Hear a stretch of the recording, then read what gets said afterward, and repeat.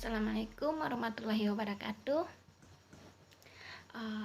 Perkenalkan, nama saya Yona Farwanza, NIM 42518051 dari kelas 2C D4 TKJ. Di sini saya akan menjelaskan tentang routing konsep dengan 4 pertanyaan.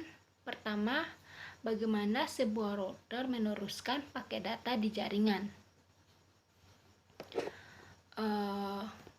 Pertama itu data dibentuk terlebih dahulu mulai dari headernya, isi datanya, dan alamat pengirimnya, kemudian dibuat dalam satu paket data yang sudah dienkapsulasi menggunakan media yang ada. Kemudian router akan melakukan pengiriman data berdasarkan routing tabel dengan metode math determination dengan menggunakan netmask yang banyak networknya. Ketiga, network akan menentukan apakah tujuan paket data yang dikirim pada kondisi direct connection network atau remote network. Berikutnya, apabila tujuan paket data berada pada direct connection network, maka data atau paket secara otomatis akan diteruskan ke tujuan. Tetapi apabila berada pada remote network, maka paket tersebut akan diteruskan di router sebelahnya yang terhubung langsung. Nah, terakhir, jika tidak ada dari kedua kondisi tersebut, maka paket data akan dibuang atau dinyatakan sebagai invalid.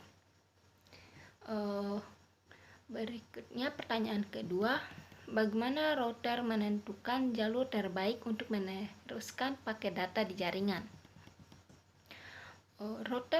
Jalur terbaik yang dipilih router dengan cara melihat mana netmask yang networknya paling banyak. Misalnya, contoh ada 3, yaitu /24, /27, dan /30.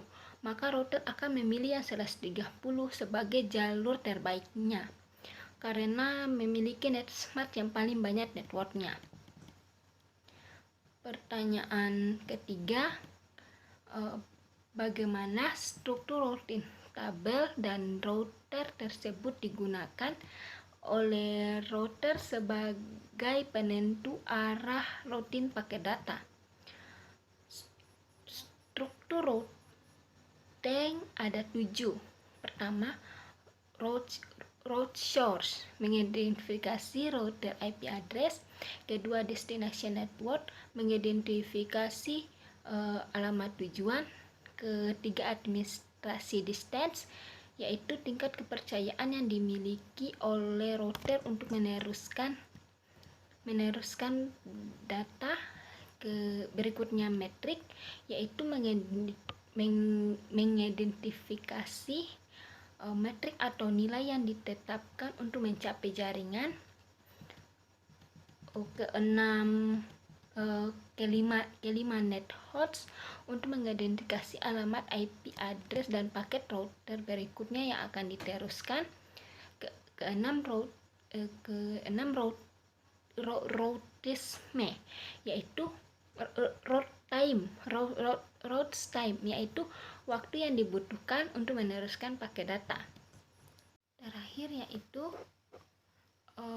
exit interface, mengidentifikasi output interface untuk mencapai tujuan akhir paket yang dikirim.